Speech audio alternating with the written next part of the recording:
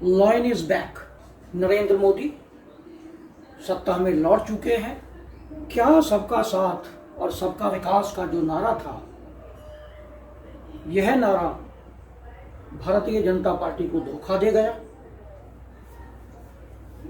क्या मोदी फिर उसी ताकत से काम कर पाएंगे? नमस्कार फ्रेंड्स, मेरे ज्योतिष के YouTube चैनल ज्योतिष ज्ञान गंगा पर आपका स्वागत है। मैं हूं आचार्य महेंद्र। आज मैं चर्चा करने जा रहा हूं 400 पार का जो नारा था वह कैसे ध्वस्त हो गया, कैसे वह नारा कामयाब नहीं हुआ, सफलता प्राप्त नहीं हो पाई। 240 सीटें जीतने के बाद गठबंधन की सरकार तो बन गई, लेकिन क्या मोदी उसी शक्ति से फिर लौट कर आएंगे, उसी शक्ति से फिर काम कर पाएंगे? मोदी चुप है। वृश्चिक राशि का व्यक्ति अगर चुप है तो समझ लीजिए कि कुछ बड़ा करने की तैयारी है। उनका ना बोलना बोलने से ज्यादा खतरनाक है। बृहस्पति जो आज के जमाने में सफलता नहीं देता, कलयुग में राहु से प्रेरित व्यक्ति सफलता प्राप्त करता है। और यही कारण है कि 2019 का जो मुहूर्त था उसमें अंतिम चरणों में सफलता प्राप्त नहीं कर पाई सरकार। 2024 में 9 जून 2024 को शाम को 7:23 पर मोदी जी ने दोबारा शपथ ली, यानी तीसरी बार। और उनकी मदर के देहांत के बाद यह उनका पहला चुनाव था। क्या इस चुनाव पर उनकी मदर के देहांत का भी प्रभाव पड़ा, इसकी भी चर्चा करेंगे। 2019 में जो लग्नेश था, यानी लग्न तो वृश्चिक ही था 2019 में भी, लेकिन लग्नेश अष्टम भाव में था राहु के साथ, और लग्न में बृहस्पति विराजमान था। यही कारण है बृहस्पति सबका विकास, सबका साथ, सबका प्रयास का नारा देते देते भ्रमित होते रहे। गलत फहमी में गलत लोगों को अपनी ओर अट्रैक्ट करने का प्रयास विफल रहा। वृश्चिक लगन या वृश्चिक राशि कहें तो इसके दो स्वामी होते हैं, मंगल और केतु। मंगल अष्टम भाव में है राहु के साथ, और मंगल पीड़ित है, शनि से दृष्ट है। अष्टम भाव जो षड्यंत्र का भाव है, राहु विदेशी ताकतें हैं, मलेच्छ हैं, और उसी षड्यंत्र का शिकार भारतीय जनता पार्टी इस चुनाव में हो गई। 2019 में केतु द्वितीय भाव में है शनि के साथ, और राहु से दृष्ट है। राहु से तो वो परमानेंटली दृष्ट रहते ही हैं। तो केतु शनि से पीड़ित हैं, मंगल राहु और शनि से पीड़ित हैं। तो वृश्चिक राशि के जो दोनों स्वामी हैं वो पीड़ित अवस्था में है। भले ही लग्न में बृहस्पति विराजमान है, बृहस्पति वक्री हैं, जिसके कारण यह सभी को अपने साथ मिलाकर चलने का प्रयास करते रहे, और अंततः इन्हें विफलता प्राप्त हुई, धोखा मिला, वह प्रयास असफल रहा। 2019 के चुनाव के बाद किसान आंदोलन हुआ, वह भी एक षड्यंत्रकारी प्रयास था। 2019 के बाद सिटीजन अमेंडमेंट बिल पर आंदोलन हुआ जो कि विदेशी ताकतों और राहु से प्रेरित लोगों द्वारा षड्यंत्र किया गया था। और इसमें राहु और मंगल यानी लग्नेश अष्टम भाव में है और अष्टमेश बुध लगन को देखता है सप्तम भाव में बैठकर। अगर हम 2014 की बात करें तो 2014 में लग्नेश 11वें भाव में था। तो 2014 के चुनाव के बाद यानी शपथ लेने के बाद मोदी सरकार ने विदेश नीति को बदला। मंगल 11वें भाव में है, राहु और शनि 12वें भाव में है। उन्होंने विदेशों के भ्रमण किए और चतुर्थेश शनि 12वें भाव में है, यानी वह घर में कम और विदेश में ज़्यादा समय उन्होंने बिताया। विदेशों में अपने नेटवर्क को स्थापित किया और उसके पश्चात जैसा कि लग्नेश 11वें भाव में है, 11वें भाव में बैठकर वो द्वितीय भाव को, पंचम भाव को और छठे भाव को देखता है, जिसके कारण नोटबंदी का एक सफल प्रयास किया गया। 2000 और 1000 के नोट बंद कर दिए गए, जिसके कारण ब्लैक मनी, कश्मीर में पत्थरबाजी, ये सब काफ़ी लेवल तक कंट्रोल आ गए। कश्मीर में उग्रवाद पे लगाम कसी गई। और 2014 में जो आरूढ़ लगन था, लग्नेश अगर 11वें भाव में है तो 11वें भाव में जो मंगल है, मंगल से 11वां भाव नवम भाव बनता है। तो आरूढ़ लगन नवम भाव में है, जिसके कारण धर्म का प्रचार प्रसार और इसी दौरान राम मंदिर का शिलान्यास भी किया गया। 2019 में आरूढ़ लगन तृतीय भाव में था, नवम भाव से सप्तम भाव में। तो इस पीरियड में राम मंदिर का शिलान्यास कंप्लीट हो चुका था और प्राण प्रतिष्ठा का प्रोग्राम भी 22 जनवरी 2024 को सफलतापूर्वक संपन्न हो गया।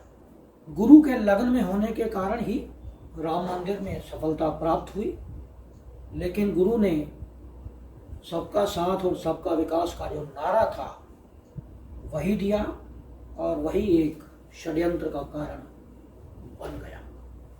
मोदी जी की कुंडली में चंद्रमा नीच राशि में विराजमान है। चंद्रमा माँ का कारक है और इनकी मदर ने काफी कष्ट झेलने के पश्चात बच्चों को बड़ा किया है, पालन पोषण किया है। और उस नीच के चंद्रमा का जो प्रभाव है उनकी मदर ही झेलती रही है, लेकिन मदर के जाने के पश्चात यह प्रभाव मोदी जी पर दिखाई देने लगा, जिसके कारण उन्हें चुनाव में सफलता प्राप्त नहीं हुई। तो मोदी जी को देवी पूजा में, देवी अर्चना में नियमित रूप से उन्हें आराधना करनी चाहिए देवी की। और किसी बुजुर्ग लेडी को जो इनकी माँ के समान हो, इनके घर की कोई फैमिली मेंबर हो, इनकी चाची हो, ताई हो, बुआ हो, मामी हो या बड़े भाई की पत्नी हो, उनको माँ के समान अगर यह उनका पूजन करते हैं तो निश्चित रूप से इन्हें फिर से सफलता प्राप्त होगी। 2024 में जब इन्होंने शपथ ग्रहण किया तो उस समय मंगल छठे भाव में था। लगन वृश्चिक है और मंगल छठे भाव में है, यानी लग्नेश का छठे भाव में जाना शत्रुओं को घर में घुस के मारने जैसा है। और वो भी मंगल कभी भी प्लैनेटरी वॉर में पराजित नहीं होता। मंगल हमेशा शनि पर भी भारी पड़ता है, जिसके कारण इस वर्ष 2024 में जब इन्होंने शपथ ग्रहण किया है तो मंगल छठे भाव में है और आरूढ़ लगन 11वें भाव में है और गुरु सप्तम भाव में विराजमान है वृषभ राशि में। यहाँ बैठ के देवगुरु बृहस्पति लग्न को, आरूढ़ लग्न को और तृतीय भाव को देखते हैं। तृतीय भाव का स्वामी शनि मंगल को देखता है और 2024 के शपथ ग्रहण समारोह के जो कुंडली है उसमें लग्न पर 4 पाप ग्रहों का प्रभाव है। शनि का, राहु का, मंगल का और सूर्य का। यानी इस शपथ ग्रहण समारोह के बाद मोदी जी और शक्तिशाली बनकर उभरेंगे, क्योंकि अब कलयुग का प्रतीक राहु भी लग्न को देख रहा है और आरूढ़ लग्न में केतु विराजमान है। केतु झंडा है, केतु निरंतर प्रगति पथ है, आगे चलने वाला है, जिसके कारण केतु प्रोग्रेस देने वाला है। और 11वें घर में बैठा केतु सोशल नेटवर्क, इंटरनेशनल स्थिति बहुत मजबूत करने वाला है। इस वर्ष क्योंकि बुध सप्तम भाव में विराजमान है और केतु रहस्यमयी ग्रह है, आरूढ़ लग्न में विराजमान है, तो सरकार जो भी निर्णय लेगी गुप्त रूप से लेगी। लग्न पर 7 ग्रहों का प्रभाव है, यानी शनि लग्न को देखता है, राहु लग्न को देखता है, मंगल लग्न को देखता है, गुरु, सूर्य, शुक्र और बुध भी लग्न को देखते हैं। लग्न अति बलवान है और मंगल और केतु दोनों ही बली स्थिति में है। 6ठे भाव में मंगल शत्रुहंता योग बनाता है, शत्रुओं पर विजय दिलाता है, शत्रु के घर में घुसकर मारने की क्षमता देता है। और राहु कम्युनिकेशन का कारक है, विस्तार है, एक्सपेंशन है। और 11वें भाव में आरूढ़ लग्न का आना यानी फाइनेंशियल स्टेटस को बलवान करता है। अगर हम कुंडली में देखें तो 2 पंच महापुरुष योग बन रहे हैं, यानी शनि चतुर्थ भाव में बैठकर शश योग और शुक्र सप्तम भाव में बैठकर मालव्य योग बना रहा है। 4 ग्रह स्वराशि में है, शनि, मंगल, शुक्र और चंद्रमा। 9वें भाव का स्वामी 9वें भाव में बलवान स्थिति बनी हुई है ग्रहों की। अगर हम D3 की बात करें द्रेशकांड की, तो द्रेशकांड से हम सरकार का कॉन्फिडेंस, सरकार के मुखिया का कॉन्फिडेंस, उनके निर्णय लेने की क्षमता की बात करें तो बहुत बलवान है। लगन में चंद्रमा के साथ राहु है, कर्क लगन है और चंद्रमा वर्गोत्तम है। बुध उच्च का है तृतीय भाव में, कम्युनिकेशन के भाव में, कॉन्फिडेंस के भाव में, निर्णय लेने की क्षमता दिखाता है। शनि उच्च का चतुर्थ भाव में फिर शश योग बना रहा है। मंगल दशम भाव में अपनी राशि में रुचक योग बना रहा है और चंद्रमा लग्न में अपनी राशि में। तो बहुत ही बलवान स्थिति बनी हुई है, कॉन्फिडेंस बहुत हाई है, निर्णय लेने की क्षमता बहुत हाई है और शत्रुओं को परास्त करने की जो क्षमता है, प्रयास है, कम्युनिकेशन के जो कैपेबिलिटी है, उसमें कई गुना वृद्धि होने वाली है। अगर हम नवांश की बात करें 2024 के, तो लग्न में गुरु है मीन राशि में, यानी गुरु फिर कुछ रोल दिखा रहा है, सॉफ्ट नेचर, लेकिन इस बार गुप्त रूप से छुप कर षड्यंत्र करके। मंगल और शनि तृतीय भाव में है, यानी कॉन्फिडेंस अत्यधिक हाई है। बुध चतुर्थ भाव में केतु के साथ अपनी राशि में और राहु दशम भाव में धनु राशि में। चंद्रमा फिर वर्गोत्तम है और 6ठे भाव में सूर्य और शुक्र है। तो बलवान स्थिति बनी हुई है, किसी भी प्रकार की नेगेटिव स्थिति नजर नहीं आती। आरूढ़ लग्न 2014 का अगर हम बात करें तो नवम भाव में था जब राम मंदिर का शिलान्यास किया गया। 2019 में आरूढ़ लग्न तृतीय भाव में था, कॉन्फिडेंस बहुत हाई था, सर्जिकल स्ट्राइक किए गए 2 बार, राम मंदिर का प्राण प्रतिष्ठा की गई। 2024 में आरूढ़ लग्न 11वें भाव में है, यानी फाइनेंशियल स्टेटस बहुत हाई होने वाला है, इकोनॉमिक रिफॉर्म्स होने वाले हैं। और अगर हम कुल बात करें मोदी जी की शपथ ग्रहण कुंडली की, क्या लॉयन इज कमिंग बैक, इसकी बात करें तो निश्चित रूप से lion is coming back and he is attacking with more power. Hyper active mode में है सरकार।